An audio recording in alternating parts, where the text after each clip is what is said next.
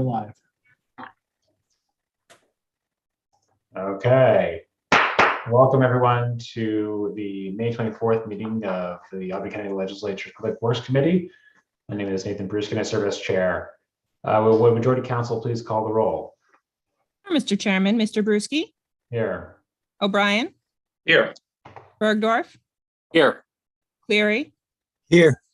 Fine, Here. Fine is excused. There it Tunney, is. I just got here. I'm here. Tunney, Here. Peter, Here. Reinhardt, Here. and Smith. Here. 9 present, Mr. Chairman. Excellent. Our first item is approving the previous meeting's minutes. A motion on that one. Motion. Mr. O'Brien, Second. seconded by Mr. Cleary. All those in favor say aye. Aye. Any opposed say no. All right, that carries. Our first item under current business is item number 2 with Commissioner Latina, authorizing agreement with Ritter and is it Paratori Contracting Inc. regarding the demolition of structures at 876 Albany Shaker Road. Yes, good evening, Commissioner. This is Commissioner Latina, or Chairman, I'm sorry. Chairman, this is Commissioner Latina Welcome for having you. from General Services. Yes, we issued an RFB for the raising of the Annalee Nursing Home, the old Annalee Nursing Home facility. Ritter and Parator was the lowest bidder of the 5 bidders contracting. We're looking to go to contract them for $1.877 million, $400 for the job. That includes relocating the electrical to serve the Shaker Society that is being fed from the Annalee home right now. And we believe this is the best price and the best use for this right now to promote economic development on a piece of land that's not being used right now. Outstanding. Any questions from members? Mr. Chairman? Mr. Bergdorf. Yes, Commissioner, just Yes. a couple of questions. I see from, as I read through this, I think I understand it. But there are some, it looks like boilerplate stipulations in the agreement between Albany County and DEC and Parks Historic Preservation. And one of them is, it sounds a little odd, prior to the scheduled demolition, efforts will continue to find an owner in adaptive reuse of the buildings. I mean, I assume that's just boilerplate and that's not something we're actively engaged in. That is correct. That is a boilerplate from SHPO that we get. We have to answer the questions to that, and so all the questions have been answered. It's just a term that they stick in there. Okay. Second question was, when do you anticipate that the asbestos and hazardous waste abatement will begin?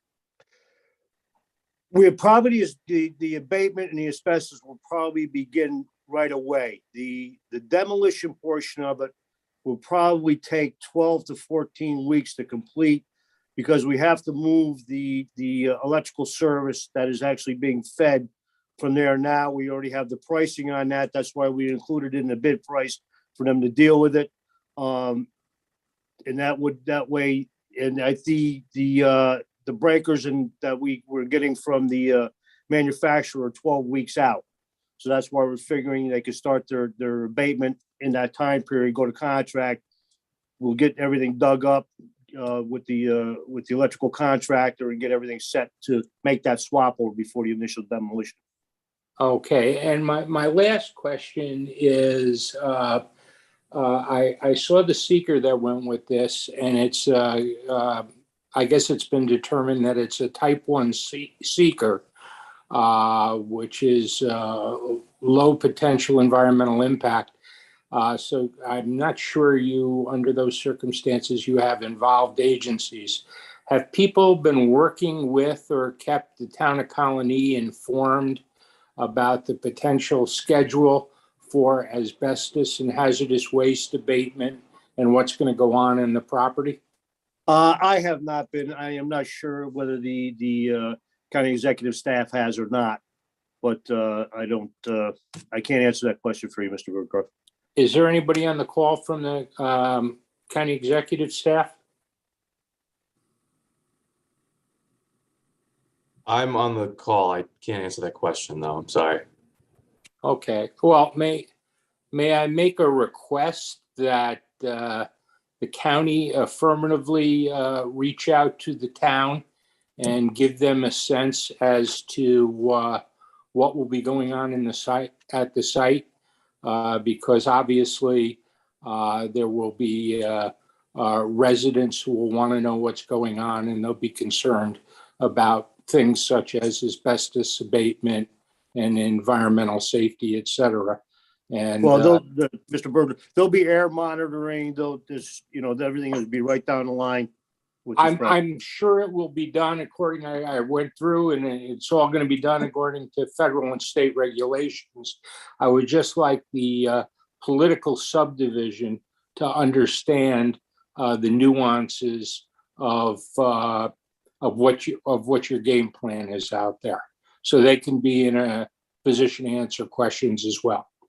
Okay, Cam, that would be, like I said, that would be the county executive staff to reach out and take care of that. I'm sure Cam will advise them. Absolutely. All Thank right, you, Reinhardt. thank you, Cameron. Ms. Reinhardt. Yes, I just wanted to ask, are there any allowance or plan for trying to save any pieces of equipment like, mantles for fireplaces or other historically significant equipment that could be salvaged? Well, Has that been considered? That's one of the requirements we have when we're dealing with SHPO. We will reach out to Albany Historical before the demolition, have them, if they want to do a walkthrough to see if there's anything they would like to save there. And they would be welcome to it if they want it. But I don't believe there's, it's like there is no fireplace mantles in there. It's more, the construction is more 1930, 1931 construction.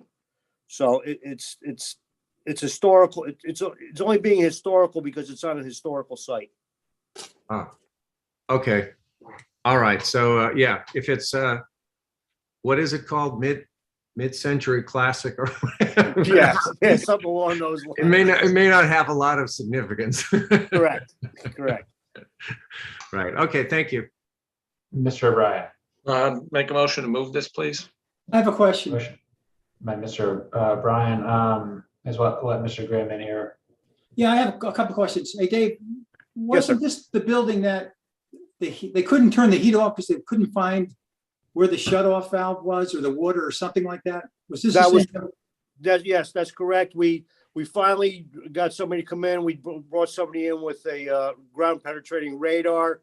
Got down, we found where it was coming in. We had a company come in, cut 2 valves in so we could shut the water down off because the heat hasn't been running in there.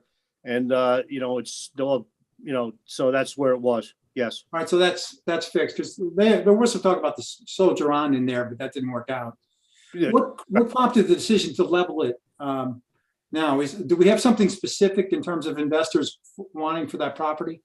I don't, that's beyond my scope. I mean, I was just directed to do the RFP. I think it's just to really, the area's up and coming area. I think it's just to make an economically develop the site and just make it a site ready for construction if anybody wants to come in there and do something with that site. Okay, Cameron, do you know anything? Is there a specific investor we have in mind? Not that I'm aware of. I think the idea behind it is that if ever, to Commissioner Latina's point, if ever there was a use, if there's an interested party, it wouldn't be, oh, now we have to tear it down. It's already, that step has been taken. So I don't think we've gotten to that point yet. I think it's just an important step that will need to be made no matter what. Okay, thank you both. Thank you, Mr. Chairman. Thank you. We have a motion from Mr. O'Brien. Mr. Reinhardt, is this a second or is this a comment? No. I just wanted to kind of give a partial response to Mark. Mark, when I visited with the executive director of the Shaker Society, the offices are right next to that building, and I asked about it. Her comment at the time was I asked about, could we restore it and use it for some other, purpose? And she said, well, the building is so degraded and out of date, it really can't, it can't be reused, can't be renovated and reused. That was her sense at the time. This is about, I'd say, a year or two ago. So I think it's just, it's a monstrosity that can't be fixed. So Yeah, we had a bunch of legislators. We toured that a few years back, when Soldier On was looking at it. But yeah, it was in a real bad mess. So that's good that we can kind of get it, make it more economically feasible. Mr. Chairman, Thanks, Bill. Mr. Peter. I'd like to second. And we have a second to Mr. O'Brien's motion. All those in favor say aye. I, Aye. Any opposed, say no. All right, thank you. That carries. Our third item is authorized. Thank you very much. Thank you very much, Commissioner Latina. Now we have Commissioner Raimundo coming on. Authorizing a supplemental agreement with MJ Engineering and Land Surveying PC regarding the expansion of design services for the Albany County Rail Trail over New Scotland Road Bridge Replacement Project. Hi, good evening, Mr. Chair. Good evening, everyone. Yes, we're requesting approval of supplemental number 6 with MJ Engineering regarding expanding the design scope of the project to include the following. One is on-call emergency bridge inspection services should the bridge get hit by a heavy vehicle, bridge monitoring, updates to the PS&E engineer's estimate, updates to the PS&E plans and bid document, coordination with T-Mobile/Sprint, and increased construction inspection services fees to account for an additional 4 weeks of construction inspection and escalation of inspection fees from the time that this project originated. It was originally supposed to be constructed in 2019, but there have been delays over, for various reasons. And so the inspection fees have gone up accordingly. Part of the fees, $20,000 of the extra construction inspection fees are going to be paid for by the state because part of the work that is going to be constructed is improvements to the drainage inlets underneath the bridge. So $20,000 of this $71,700 will be reimbursed. Outstanding. Any questions from the members? Mr. Chairman. Mr. Bergdorf. Commissioner, it's not unusual when a project is delayed as it has been in this instance for prices to increase, as you alluded to with the construction inspection fees. What is the bidding status of this project? And is it possible that the construction costs will be impacted as well because of we're 2 or 3 years beyond certain collective bargaining agreements and escalations in the construction industry? So the good news about the construction portion of the project is that the job has already been bid out. And so we have, right now, we're approving a contract with Betty and Kring. So the construction cost is fixed at this point. Okay. So, any escalation in construction, at this time we can't really speak to. It should be fixed. So in your discussions with Betty and Kring, they believe that under the existing bid, which they submitted, they have adequate funds for labor for the project during the contemplated time period? Yes. Thank you very much. All right. Any other? Mr. Reinhardt has his hand up. Lisa, I seem to recall that within the last couple of months, we looked at a project that you put forward, which was an adjustment for the bridge construction cost, where we ended up with 2 phases. Yes, Isn't that right? it is. But that has to, so we have the actual cost. The bid price came in higher than what we had in the capital plan. So we took out $500,000 worth of the work, which allows us to be underneath which allows us to have enough money to do most of the contract right now. Mhm.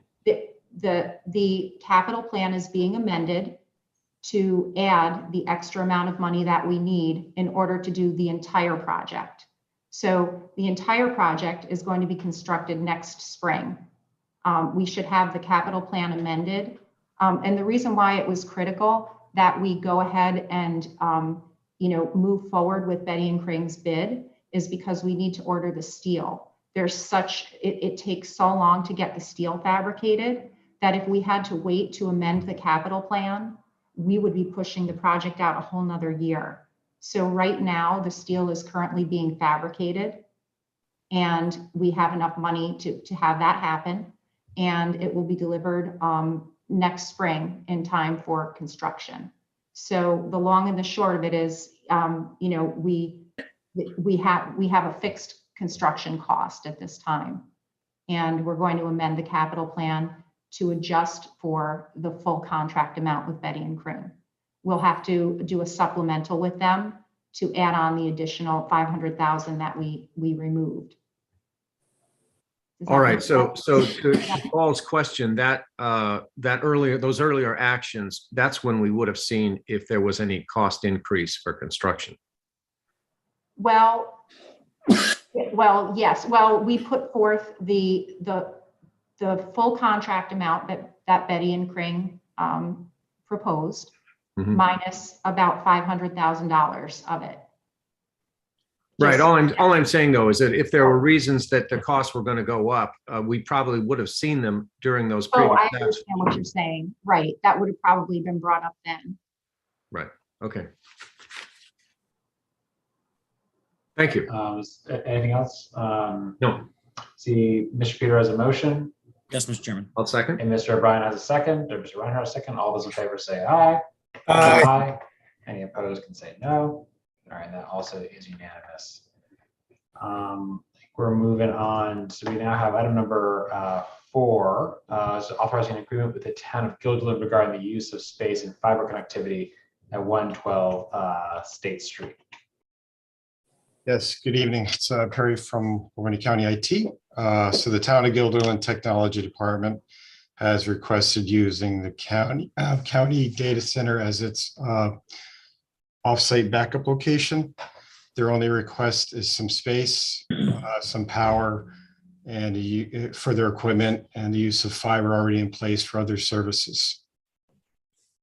It is a $0 agreement. All right. Any questions from the members? Hearing none, of motion by Mr. Peter, second by Mr. O'Brien. All those in favor say aye. Aye. Aye. Any opposed say no. Thank you, Mr. Blanchard. Thank you. Carries. Item number 5, we have Ms. O'Neill joining us, and the item is authorizing agreement with National Business Technologies for the lease and maintenance services for county copiers in various locations. Yes, hi, good evening. Pam O'Neill from Purchasing. We have a current lease from 2018 for 36 copiers that will be ending August of 2022. We sent out solicitations. We received 4 bid responses, and we are recommending award to National Business Technologies. They were the lowest responsive and responsible bidder. Outstanding. Any questions from the members? Quick question, Mr. Chair. Mr. Bergdorf. Pam, does that mean, is this a new vendor for this contract? No, it's actually the copiers that are going out from 2018 is the same vendor that's being awarded this contract. Okay, so will they actually be supplying new copiers? or is Yes. it- Nope, new Okay. copiers. New so you're copiers. The getting old up- ones you're will getting go up- out. You're getting updated technology? Yes, yeah. Okay, that was my That was just my question. Okay, Thank you. you're welcome. Make a motion, Mr. Chair. Motion by Mr. O'Brien, Second. second by Mr. Cleary. All those in favor say aye. Aye. Right. Any opposed say no. That carries. Moving right along to Mr. Belver's items. Can I get a motion to group items number 6 through 14? I believe those are Mr. Belver's. Yes, those are Mr. Belver's items. Motion by Mr. Peter, seconded by Mr. O'Brien. All those in favor say aye. Aye. Any opposed say no. All right, now we have them grouped. Mr. Belver, the floor is yours for the lease agreements. Thank you, Mr. Chairman. Thank you, members. So all of these lease agreements, they all have different amounts for amounts that were paid during the closure periods. Very similar to the SEFCU and MVP lease agreements for suites, where we had payments that were made during the closure period. We had to give credits for those payments, and we're taking those off the first year. In a couple of cases, it might go into the second year, where we had, I believe, 55,000 paid by NYSCOBA. And so each of those amounts is shown in your backup information. The county attorney has really done a great job. John Maney's done a great job of putting together lease agreements with the correct credit amounts for SEFCU and for MVP Health. And that'll be the same process used for these lease documents. I think we've done a good job of keeping track of everyone's payments during the COVID closure. We're in good shape going forward. Outstanding. Any questions from the members? Make a motion. Second. By Mr. O'Brien, second by Mr. Cleary. All those in favor say aye. Aye. Any opposed say no. All right, that carries. Thank you, Mr. Belver. Thank you. We're now on to item number 15, which is authorizing agreements with the town of New Scotland and is it Masula Brothers Builders, Inc. regarding a pedestrian connection between the Kensington Woods development and the Albany County Rail Trail. Hi, thank you, Chairman. Thank you, members.